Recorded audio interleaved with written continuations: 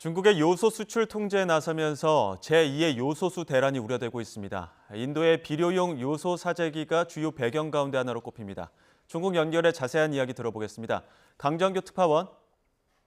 네, 베이징입니다. 네, 중국의 이번 요소 수출 통제, 인도의 사재기 때문이라고요? 네, 최근 인도의 요소 수입이 급증했다는 업계 관계자들의 말을 듣고 관련 통계를 찾아봤습니다. 올해 10월까지 중국의 요소 수출 통계를 보니까 9월에 118만 톤으로 평달보다 너댓 배 급증했습니다. 인도가 한꺼번에 86만 톤을 사들였기 때문입니다. 중국 내 요소 재고량은 47만 톤, 지난해 같은 기간 대비 반토막이 났습니다. 중국 내 요소 가격이 들썩이자 당국은 수출을 막으며 진화에 나섰습니다. 네, 2년 전 요소수 대란 때도 그러지 않았습니까? 네, 그해 9월에도 비슷한 패턴을 보였습니다. 중국의 요소 수출은 109만 톤으로 크게 늘었는데 그중 75%인 82만 톤이 인도로 갔습니다.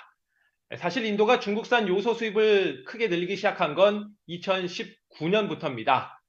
그런데 매년 10월 비료시장 성수기 진입을 앞두고 갑자기 중국 내 재고를 털어가면서 쇼크를 준 건 2021년과 올해입니다.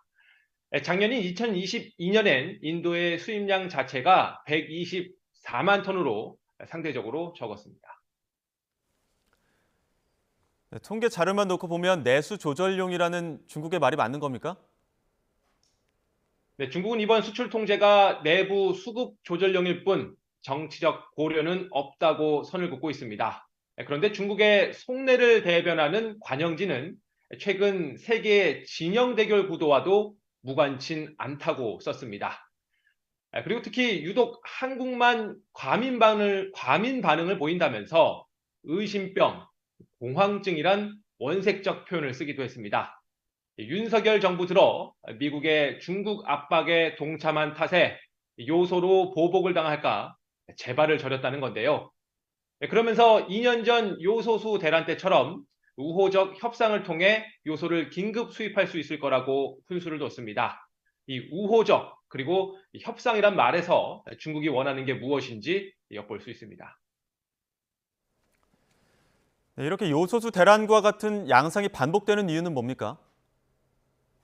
네, 우리나라의 요소 수입량 통계를 보면 매달 3만 톤 안팎으로 큰 기복이 없습니다. 요소의 굳는 성질 때문에 석 달 이상 비축하기 어렵기 때문인데요. 이렇게 수입량은 많지 않지만 중국 수입 의존도는 절대적입니다. 요소수 대란을 겪은 뒤 수입처 다변화 노력으로 2022년 한때 67%까지 떨어지기도 했지만 올해 다시 90%로 늘어났습니다. 이 동남아산 요소는 질이 떨어지고 값도 비쌌기 때문입니다. 한국에서 자체 생산하지 못하는 이유도 규모의 경제가 되지 않기 때문인데요. 오히려 그렇기 때문에 지난 2년간 정부의 노력이 필요했던 시간이었다는 주장도 성립됩니다. 지금까지 베이징에서 전해드렸습니다.